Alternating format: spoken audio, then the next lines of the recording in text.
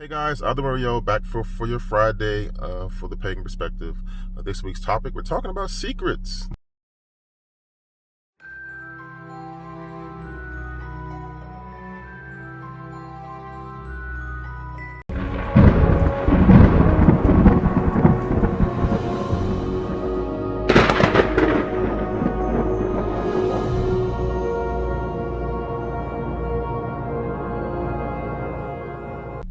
All right, so secrets. This comes up quite a bit in the pagan community, and for good reason. I mean, as you know, there's songs and things about the many witches that were killed, and a lot of people feel like it might be because they didn't follow the witches' pyramid. But then again, those witches that were killed, the witches' pyramid, if I'm not mistaken, came around during Buckland's time. Correct me if I'm wrong. Put it down there if I'm wrong. But I believe the witches' pyramid came after Buckland.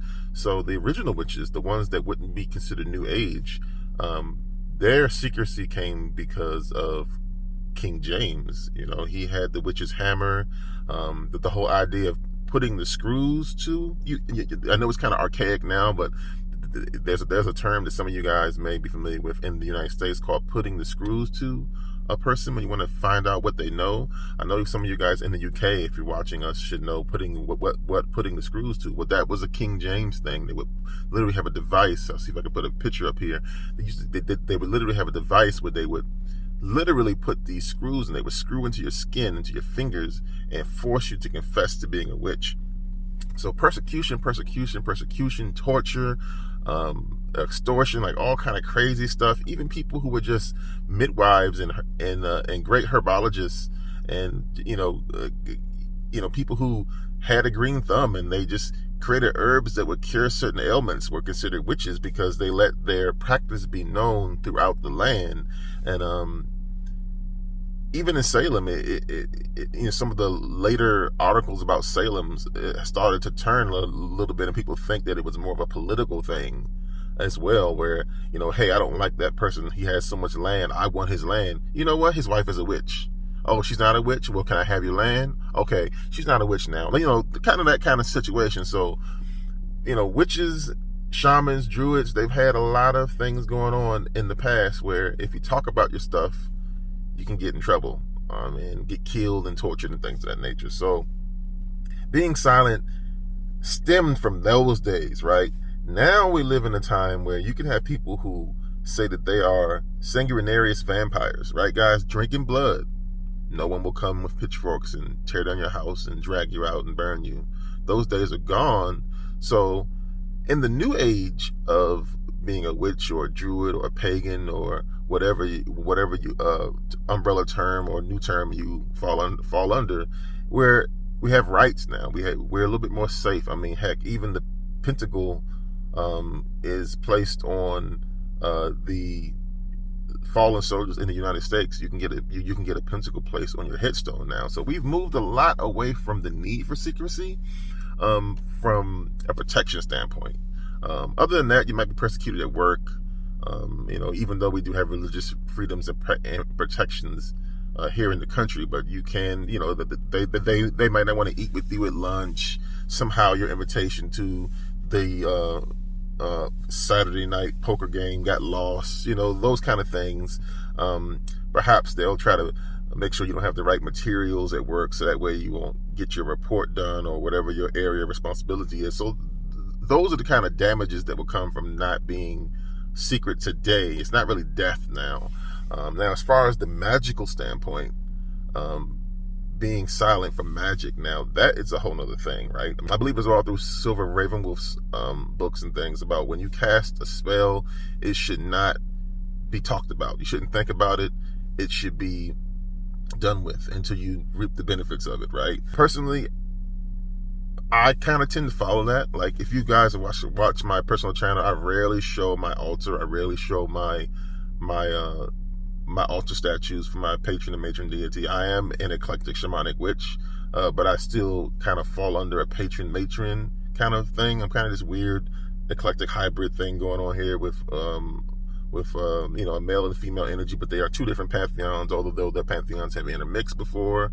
I've talked about them before and briefly. It's Anubis and Hecate. I love them both, and they do have a very strong relationship with being Greek and Egyptian. And then I actually have a third deity in there as well because of my ancestry. Of course, I'm African American. I have a lot of ancestry from some of the roots of voodoo over in Africa. So my third deity is another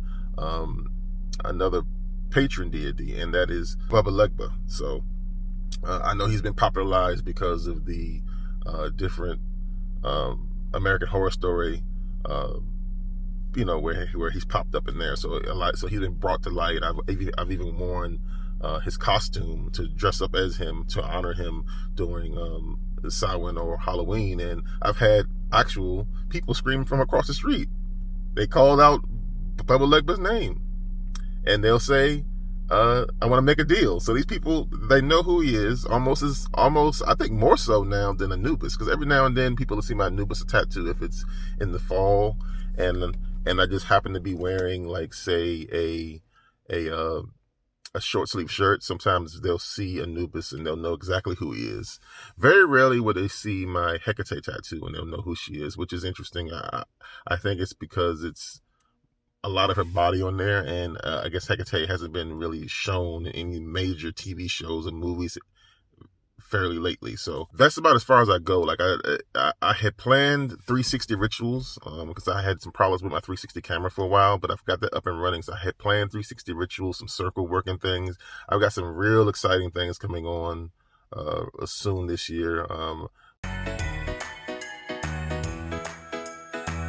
My partner actually is a very, very well-known now tarot reader on Periscope. I mean, when I say well-known, they have literally thousands of people watching them do their tarot readings. I'm going to put that down below. If you guys want to jump in there and throw a question toward my partner and have them read your cards, I would love to know what you guys think. Come back to this video and go ahead and post a comment on the experience if you felt it was something that fit your expectations of tarot, because it is a bit different. Tarot reading session, then it'll be a ghost box session, and you actually have the opportunity to speak with your loved one.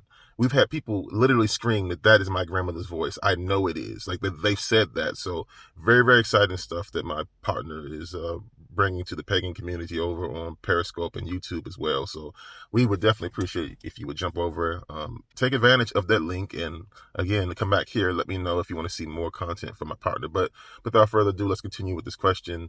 So I tend to be very secret about my particular ritualistic things. I don't show my altars and things like that because I do feel like people have energy, right? I mean, everything around us is energy. From the light bouncing off my face to the electromagnetic waves picking up my cell phone signal, however you're hearing my voice, whether it's through Wi-Fi or through your cell phone, everything has an energetic signature, right? We all know if you're a magical practitioner, that your will is incredibly important. Your intent is incredibly important. All that comes with a certain energetic signature in order to get success for your results, right? If you conduct a ritual, spell energy out there, and you expect something to happen, if you go and tell people about your spell, about your ritual, especially people who are not in the pagan community, especially non-magical practitioners, that skepticism energy is a very potent energy. It's old energy. People have been not believing in us for a long time. That energy can actually, in my opinion, sour your results. And in some cases, it can ultimately corrupt your results, and you end up getting something that you never anticipated that could ever happen. So, I believe this is the reason why you have covens, right?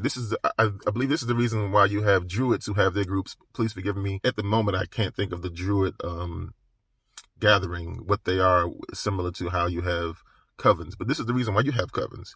You share your rituals and things with your people in your coven. They're your spiritual family. You guys are linked by magic. You guys are linked by patron and matron deities. The deity that you serve and work with, you guys are linked. Your energetic signatures have come into attunement with one another. There shouldn't be any skepticism between members of a coven. Yes, I know, just like in families, you don't always agree, but the fact that you've been invited into that coven, the fact that you've been all working with the same matron and patron deities means that your energetic signatures are very similar and they're compatible. When you go talking to people online, on YouTube and Periscope and other places about your ritual, their skepticism, their jealousy, because they're only human. People are going to be jealous. People are going to be skeptic. They're going to be envious, and that energy can ultimately corrupt and destroy your results. So this is the reason why I believe people mention secrets. I believe this is why people mention to be silent. The person that put the question down asked about grimoires, and that's a great question. Again, grimoires, same thing. If that book is your family lineage book and you've been putting things in there for a while, let's say it came from your great grandmother or came from your grandfather or something like that, that book has energy, again, that is from your bloodline, that is from your coven, and so on. And for that book to be open and shared with the world invites energies directly into it, and it could corrupt things. These are my personal beliefs. I want to know what you guys think. I hope that answers the question, but I want to know what you guys think. Do you feel the same way I do about this, about energy and about how it may possibly taint or change the outcome of your rituals? Are you open about your rituals? I know that certain covens have open circles, so that way you can invite the public in. But in that regard, it's open, so people know not to put the most potent things out there for people's energies to prey upon, especially the negative ones, right? If there's a closed circle, it's closed for a reason. They want that energy of the coven where everyone's kind of the same wavelength in there. I hope that makes sense. So I want to know what you guys think. If there's a video response, I'd love to see it down below. If there's another pagan person that has a completely different perspective than me, put that down below. That can help somebody. We're all here on our different paths to learn. Again, I'm learning, you're learning. No one's like the end all be all badass witch of the world, right? We're all here to learn. So I would appreciate seeing what you guys have to put down there. I'm here to learn, so teach me something as well. Put that down there. And before I take any more of your weekend away from you, I want to give you guys a blessing if you want to receive it. May you be protected in this major time of strife here with this coronavirus spreading around the world. May your aura keep you strong and burn away anything that tries to infect you and your family. I love you guys. I love you guys. I love you guys. Blessed be, blessed be, blessed be. I'll see you next week.